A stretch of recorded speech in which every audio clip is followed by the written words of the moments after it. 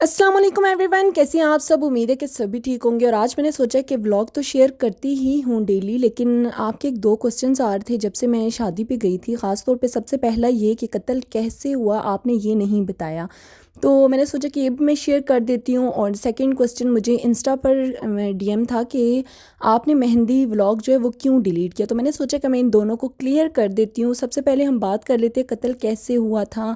और मतलब पहले मेरा दिल नहीं था ये शेयर करने को, फिर मैंने सोचा कि चलें आप सब पूछ ही रहे हैं तो एक इससे हम लोगों को लेसन भी मिल जाता है, और दूसरा ये कि मेरी बात भी शेयर हो जाएगी, लाइक आप लोगों का जो भी कमेंट था वो भी क्लियर हो जाएगा। तो कत्ल कैसे हुआ, कत्ल ऐसे हुआ कि एक किराएदार थे और साथ में मालिक मकान थे। किराएदार ने 20-22 साल गुजारे मालिक मकान के साथ, और 20-22 सालों के बाद उन्होंने कहा कि घर जो है वो खाली कर दें। घर खाली करने के बाद जो किराएदार थे उन्हें बहुत लाइक ना डिप्रेस हो गए कि हम लोगों ने इतना टाइम गुजारा और इन्होंने हमें इस तरह से निकाल दिया। जो मैंने स्टोरी सुनी है वो मैं आपको बता रही हूँ। तो वो इतना डिप्रेशन में अंकल चले गए कि उन्हें हार्ट अटैक आया और उनकी वहीं पे डेथ हो गई।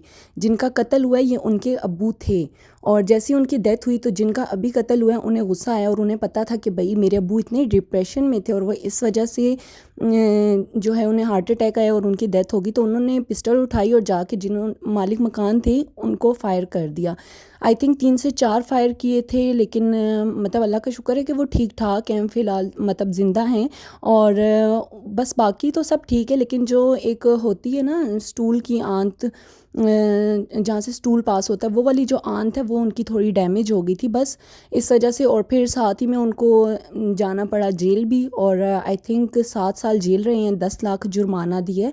और फिर उसके बाद ये मामला ख़त्म हो चुका था, बस इतना कहा गया कि हमारे मोहल्ले से नहीं गुजरा जाएगा। तो वो फिर जॉब करते जिनकी अभी डेथ हुई है, तो वो अभी निकले हुए उन्हें 1 साल हुआ था और जॉब पे जा रहे थे। तो इतने में जिनके अब्बू को उन्होंने मारा था या जो भी मालिक मकान थे, उन्हें गुस्सा था। उन्होंने बेशक 10 लाख भी ले लिए और 7 साल की जेल भी करवा दी, लेकिन वो गुस्सा अभी भी उनमें कायम था।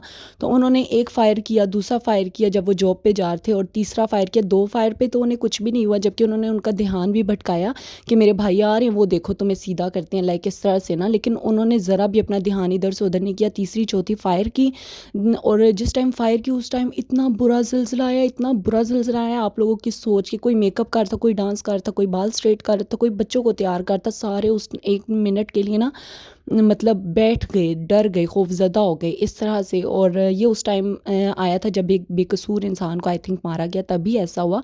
तो वहाँ पे फिर खैर उन्होंने जब कत्ल तो कर दिया, 4 फायर मार भी दिए, उसके बाद कुल्हाड़ी से मारा।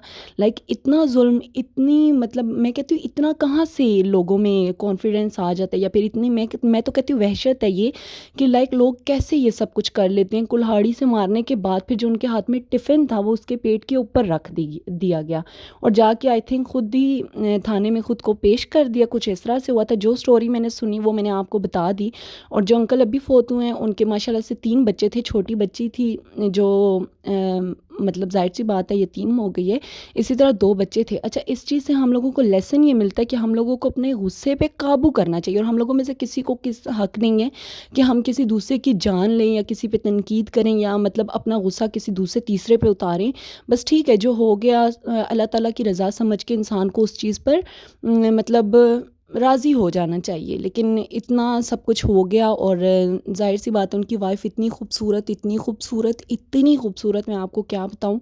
और जब हम लोग दुआ के लिए गए वो इतना रो रही थी, इतना रो रही थी, और मुझे इतना दुःख और मुझे इतनी तकलीफ़ कि भई 1 मिनट के लिए नहीं सोचा होगा कि मतलब 1 मिनट के लिए उनको अल्लाह नहीं याद आया, इतनी वहशत करने के बाद।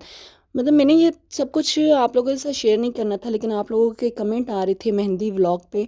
1-2 कमेंट्स आए थे, मैंने डिलीट भी कर दिए थे, और फिर मैंने मेहंदी व्लॉग भी डिलीट कर दिया। अच्छा, जो मुझसे इंस्टा पर पूछा गया कि मेहंदी व्लॉग क्यों डिलीट किया, मेरी अपनी फ्रेंड ने ही पूछा, तो मैंने कहा चले मैं यहाँ पे आप लोगों के साथ भी शेयर कर देती हूँ।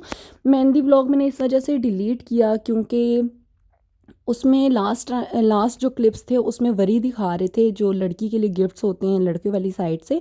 तो उसमें जो फीमेल थी سی گرین ڈریس میں مجھے کہا گیا کہ بھئی یہ کلپ ڈیلیٹ کر دو، جبکہ ہاتھ پاؤں تو نظر ہی نہیں آ رہے تھے، فیس میں نے بلر کیا ہوا تھا، بٹ پھر بھی انہوں نے کہا کہ ڈیلیٹ کر دیں، تو پھر میں نے ڈیلیٹ کر دیا۔ اور انہوں نے تو نہیں کہا، لیکن مطلب میرے اپنے ریلیٹیوز میں سے کہا گیا کہ اس چیز کو ڈیلیٹ کر دو، تو پھر میں نے ڈیلیٹ کر دیا۔ پہلے تو مجھ سے ہو نہیں رہا تھا، میں نے اپنی سسٹر کو بولا ماما کی طرف جا کے، اور اس نے وہ کلپ ڈیلیٹ کرنے کی بجائے ہمارے جو سٹارٹنگ کے کلپس تھے جو کہ یادگار رہتے کہ ہم لوگوں نے کیا پہنا تھا، کس طرح سے تیار ہوئے تھے، وہ سب کچھ وہ ہی ڈیلیٹ کر دیا۔ اور خیر اس پہ اچھے خاصے میرے ویوز بھی آئے تھے، اور میں نے سوچا کہ میں کلیئر کر دوں۔ بس یہیں تک تھا آج کا میرا ولاگ۔ پسند آئے لائک شیئر سبسکرائب کر دیجیے گا۔ ملوں گی نیکسٹ ولاگ میں، اپنا خیال رکھیے گا۔ اللہ حافظ۔